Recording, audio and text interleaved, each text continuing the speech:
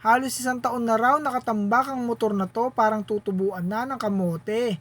Grabe nga rin yung tubo ng kanyang tambutso. Tignan nyo naman, puro kalawang, tiniktik ko na nga.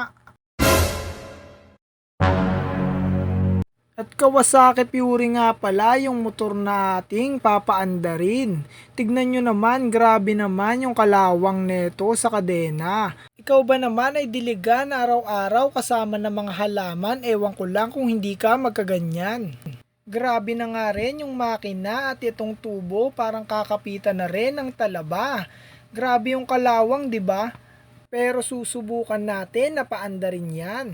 At di na nga ako nagpatumpik-tumpik pa, agad ko nang binaklas yung kahan ng kanyang motor para naman ma-check up namin kung kaya pa bang paandarin at kung may kompresyon pa na maayos. At syempre habang binabaklas ko ay shoutout na rin sa mahal kong biyanan na tinutulungan ako sa pagbaklas. Eh no, grabe pagkatanggal ko ng spark plug cap natanggal na agad siya ron sa may ignition coil. At akin na ngang sinipaan para makita ko kung may kompresyon na maayos at okay naman, kaya nilinis ko na rin yung spark plug niya para naman pagkabit ay swabe na ang andaran. Kaso nga lang may problema kabi dyan dahil kailangan pa palang baklasin yung karburador at linisin na yan dahil nga ito ay laging nadidiligan at nauulanan sa tambakan.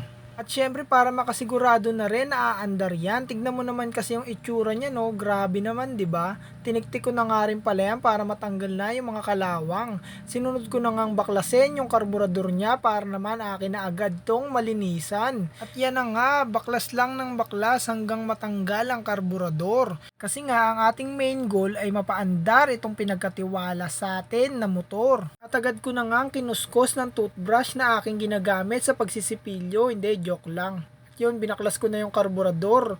Grabing hirap din yan baklasin at nang buksan ko ay ayan ang tumambad sa akin, tuyon-tuyo na. At grabe parang inaamag na yung loob. Kaya naman binuhusan ko na agad ng gasolina para na aking makuskos ng maigi. Mekos-mekos na yan. At inumpisahan ko na nga rin baklasin yung mga jettings nito para akin na ring marlinisan dahil nga baka barado na rin sa sobrang katagalan. At dahil nga walang kompresor, kaya kinuskus ko na lang to ng mabilisan at kinudkod ng steel brush. At para makasiguro ako na wala ng baray, akin na agad tong hinipan. At yan, okay na nga. O ano AJ, anong lasa ng unleaded na gasolina? Di ba mapakla? At yan, kinabit na nga natin yung mga jetting sa karburador para naman matesting na natin kung aandar ba talaga itong motor. Kinakabahan na rin ako dyan dahil nga nakabantay na sa akin si Mang Kanor. Sorry Kuya Bugs. Shoutout na rin sa may-ari ng motor. At agad ko na nga ikinabit ang karburador at tinornilyuhan. Ayan o, grabe, nagkukwentuhan pa kami dyan kung mapapaandar ba namin yan. Tagaran ko na nga kinabit yung karburador dito sa kanyang motor at akin na ring sinalina ng gasolina dahil kanina pa ako naiinip sa magiging resulta kung mapapaandar ba. Kaya nga lang may isa pa palang problema dahil sira yung susian, kaya agad ko na lang itong inirekta.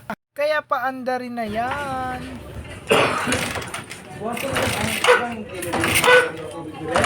Naku po, ayaw umandar, kung ano na pang kinalikot ko, lumuwag lang pala yung wire sa susian, kaya paandarin na ulit yan.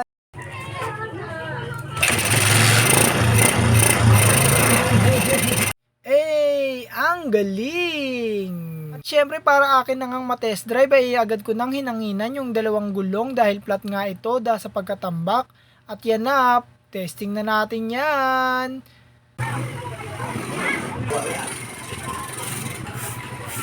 At dito na po nagtatapos. Maraming salamat po sa panonood.